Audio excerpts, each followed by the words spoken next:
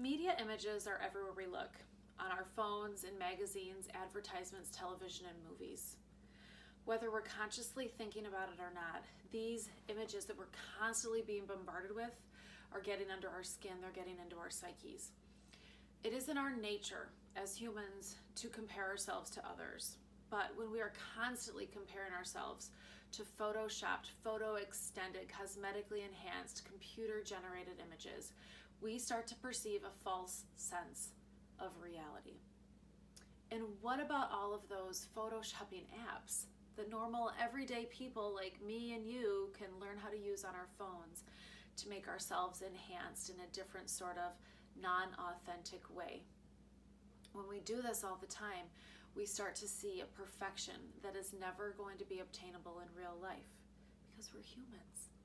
And this can be very damaging if we're not conscious of it. We all have flaws, and it's okay.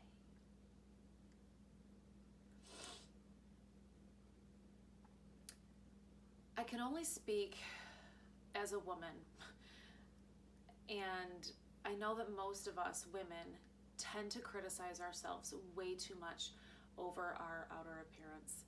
And I think we're starting to see these numbers increase in our young men as well. Maybe I'm just more conscious because I'm the mommy of boys. I don't know. But when we compare ourselves to something computer generated or photoshopped, we are doing this and it's damaging ourselves. I think what we need to do is we really need to start changing the conversation, and not about how we look, but how we are treating the people around us and how we're treating ourselves and how to be our best selves. How to embrace our talents and our strengths and our creativity in order to have the best possible personal growth and the best happiness in life.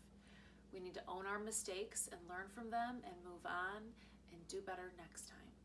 We need to talk about how we treat ourselves and how we talk about and compare those around us to. And let me be very clear that this conversation is not just about women.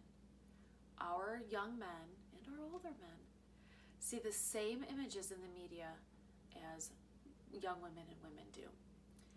The insane expectations that each gender has for the other can be overwhelming and unobtainable.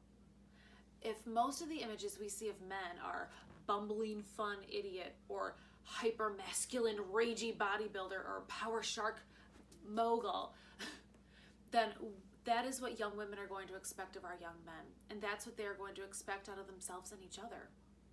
And we are so much more than that. And if most of the images we see of women are sex kitten or dumb and pretty or super bitch and perfect body the whole time, then that's what our young men are going to start expecting of our young women and what they're going to start expecting of themselves and each other.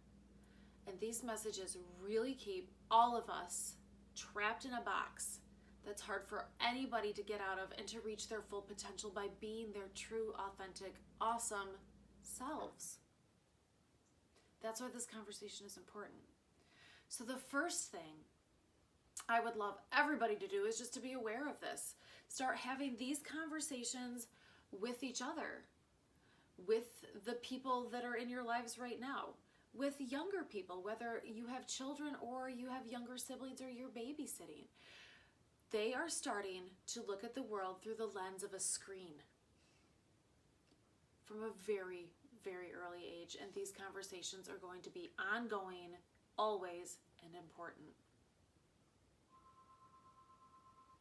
So right now, you might be thinking, okay, I'm aware, Larissa, but how does overconsumption of all of this media really affect our psyche? Well, you might start to feel withdrawn. You might start to feel sad. You might start to feel anxious that you're not doing enough or that you're not enough. You might feel like you are never enough and you're always less than because you're looking at other people's best stuff out there. You might start to become so critical about yourself and your place in the world that you are so scared to do anything uncomfortable or anything brave that you start to always play it safe to the point where you feel like you are trapped in a box. You might not want to embrace your true self because you're afraid you won't stack up to what you see on your screen, or that everybody's going to judge you. So how do we combat this? It's hard, and you have to be in it. You have to be in it to win it. I think the first thing we need to do, of course, like I've been saying, is to be aware of it. But also be aware that if you've been scrolling on Instagram for too long, how do you feel on the inside? Are you feeling bad about yourself, or kind of sad that you're not out doing the things that other people are doing? Or do you feel anxious, like, oh, I should be doing something, I'm not doing enough? How do you feel? And take note of it and kind of notice where it sits in your body. Be aware of how you feel when that happens, and also be aware of how do you feel when you are in a moment of happiness in your life. What's going on around you that is really making you happy? Are you spending time with friends? Are you hanging around with your family around a bonfire and nobody's on their phone and you're just chatting and laughing and having a good time? Are you painting? Are you running? Are you being active? Are you hiking? Are you at the beach? What's going on that's making you really feel blissful and happy? It might be a really good indicator that your phone is making you feel bad, if your happiness lies in something else. So I get it. Sometimes I like my phone way too much. My husband will tell you. So what do we need to do? What can we do? What do we have to do for ourselves and to love ourselves enough to set limits is what we need to do. So we need to be conscious of that. We need to limit our screen time. So there are apps that can do that.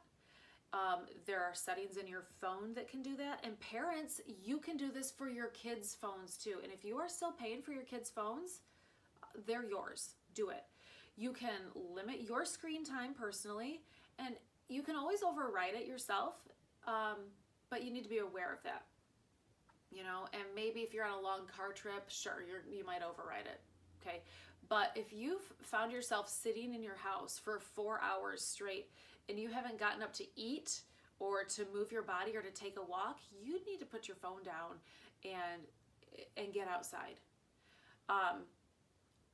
Drink some water, wash your face, do something. So that's helpful. It's also a good idea maybe sometimes to set timers. Especially I find myself like in the evening, like I want to check out, set a timer on your phone. Like, okay, I'm going to give myself 30 minutes to just go down whatever rabbit hole on my phone there is to go down. But then you need to make sure that you make a plan for after that timer goes off. Because if you don't make a plan for what you're going to do after, you're just going to be, I don't need to do it. I don't need to get up. So make a plan to walk the dog or get ready for tomorrow or read a book. Okay, anything, just timer, do it, stick to it. And then another great thing to practice is journaling and gratitude. Personally, I need to get better at doing this every day. When I schedule time to do it for myself, it's like a gift. And I feel better. I like to do it in the morning. I feel better about starting my day, and my whole day seems to go a little bit smoother. And I really enjoy it. Grounds me, calms me down, makes me more present. And then sometimes I just journal like what's on my mind just to get it out. And sometimes I like to use a prompt, like hashtag journal this. I've put some on like Instagram and Facebook for the Lotus Project, so you can find them there. You can also just focus on gratitude every day. Like write down the things that you're thankful for every day, even if it's small, like the carpet feels good under my feet, or I slept well last night, or my blanket is really cozy, or I love my grandma, or whatever. Make a list. But journaling and physically writing something down and practicing gratitude is very important to making yourself feel good, and to combating like the over media life that we live. The last thing I would recommend is to really think about what brings you joy in the world and what brings you happiness that has nothing to do with other people around you or their schedules, but something that you can do for yourself that really truly brings you joy. I would then encourage you to cultivate those things and create the time to do them. Put it in your calendar, set aside the time, and do it, and follow through. Sometimes something else will come up, and just because it comes up and you feel like you should because somebody asked you to do something doesn't mean you have to say yes. It's not selfish to say no and say, no, this time is sacred. And of course, if an emergency comes up, yes, you're going to take care of business, but then make sure you schedule that time for yourself. Consider that time for yourself sacred, like a gift that you give yourself because you love yourself and you're worth that time. So let's recap. There's a lot of comparison happening when we look at media too much, in particular social media. Overconsumption of it can start to make us feel bad, like we're not enough. And let me be the first to tell you that you are enough. So to combat that, set limits on your screen time, set timers or change the settings in your phone, practice journaling and gratitude, and create time and space to cultivate the things that bring you joy, that don't involve staring at a screen, playing a video game, all that kind of stuff. Okay? So, creating this video for you has brought me some joy. So I hope you have a wonderful day. And if you want to check out any of the other LP Inspire or Lotus Project things like coaching or the t-shirts or the curriculum for your school, any of the freebies that I have out there, mindfulness workshops and journaling workbooks that you can print yourself, just go to lpinspire.com, the Lotus Project, and it will all be there. So have a great day.